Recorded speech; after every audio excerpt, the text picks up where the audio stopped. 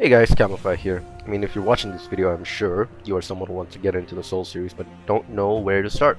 On one hand, you have the newest FromSoft edition, Elden Ring, and on the other hand, you have another staple of the gaming industry, Sekiro. Both games have its perks, yet it's hard to decide which one to pick as there's no proper video that kind of goes over both of them and compares it to each other. And I feel that because I was where you are a while ago, so in this video I'll try to go over some of the goods and bads of both Sekiro and Elden Ring from the perspective of a casual gamer. A point to note is that anything I mention in this video is in my opinion, so don't take it too seriously, as the way I played it might not be the same as the way you played it, and without further ado, let's get started.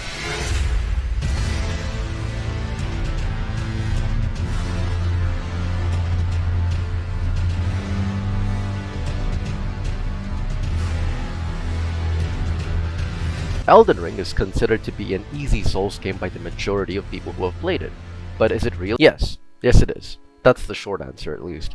There are many things in this game that makes the user experience very comfortable. Let's say you reach a boss and then proceed to get absolutely demoralized and end up hating yourself because, the boss is too hard. Unlike other Souls games, there are many ways to combat this problem of yours. One of the most common ways is to simply get good and carry on. Or you can try using summons which help you in the fight, ranging from giving you a helping hand or just straight up fighting the boss for you. Or you can leave that area and farm and grind mobs to level yourself up, and then come back to beat the boss. Oh my god. And then come back to beat the boss again. But even if after all of this you're still struggling, you can always invite somebody to your world and to help you out. Therefore, it's very safe to say that the game is very beginner friendly. But for Sekiro, it's all about skill and memorization. Don't get me wrong, Elden Ring, even if you are literally God, you still need to be able to read the enemy movements and play accordingly. But Sekiro cranks this idea to 100 compared to Elden Ring.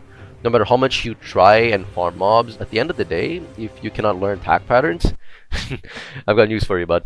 It's gonna take a bit. Now, some may say this is too hard, but I argue that this is the reason why it stands out. When playing Elden Ring, if I'm stuck on a boss, I level myself and my weapons up, then proceed to beat the boss. But the problem is, oftentimes I spend too much time leveling up rather than fighting the boss, so when I actually beat it, it feels as if though I'm finally done with the money grind or like the rune grind rather than finally beat the boss. That's not to say that I didn't go to a boss unprepared. In fact, for the first half of the game, I had no idea that some of the game's mechanics such as scaling, great runes, or even the importance of upgrading weapons. So those moments felt more challenging and overall felt like a really solid game. Rather than Elden Ring's hack-and-slash combat, where your goal was to get the enemy's health down to zero, Sekiro's combat is based on deflecting and breaking enemy posture. Enemies did have a health, but lowering it contributed to breaking the enemy's posture, making them take more posture damage. Now what happens when you break an enemy's posture? Well, you deal a final death blow, killing the enemy or taking away an HP bar. This combat mechanic is often compared to that of a rhythm game, which it sort of is, because you time a lot of your deflects to the enemy's attacks. So it might take a while to learn and get used to. But once you do, I can guarantee you that you will be having a blast playing it. But one thing I would say in terms of combat where Elden Ring really shines is the abundance of weapons and playstyles Elden Ring has over Sekiro. With over 308 weapons, 70 sorceries, which is magic, and 101 incantations, which is also magic, and 30 different weapon types, the game allows you to play as whatever you want, from Gandalf to Guts from Berserk. But yeah, there is a variety of things you can play as. This makes each game's combat quite unique in their own way. Other than that, Elden Ring is much more open world, offers a lot more side quests, side bosses, things to do no matter where you are in the game, which, if you're leveling up in the background, takes a bit to beat. For me, it took me about 70 hours to get past my first playthrough of the game. But for Sekiro, however, the game offers a much more linear playstyle, making everything in the game more straightforward and easy to understand. Unlike Elden Ring's 70 hours, Sekiro took me about 40-ish hours to beat, which is a long time, but nowhere close to Elden Ring. Now bear in mind, this is from me, first time playing any FromSoft game, so this time might vary to other people. Now you might have skipped over here or watched the entire video, which if you did, thank you, I really mean it. But here's a basic short form Spark Notes version of what I have mentioned in the video, plus a bit more.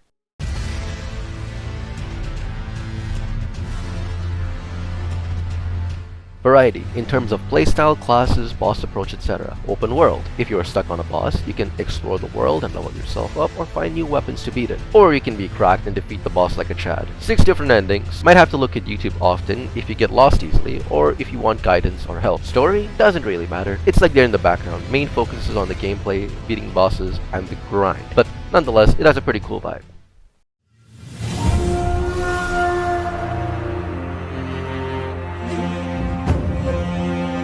There's not so much variety, as in like, can't really like customize a lot of things, like weapons and stuff, but you can customize a few abilities. It shines in the combat because rather than slash away at the enemy, you're deflecting enemy attacks to break their posture and kill them, which is more realistic and looks, far cooler if I say so myself. Fairly linear story with exception to a few side quests. If you're stuck on a boss, then you need to get good, as in memorize attack patterns, etc. You'd be doing the same thing for Elden Ring too, but Sekiro cranks this idea to 100. It's got 4 different endings, and you have to occasionally look at YouTube to defeat a boss or to get an item. It's got a good story, straightforward, and fights have some meaning to them. Like, if you're doing something, you'll know why you are doing it.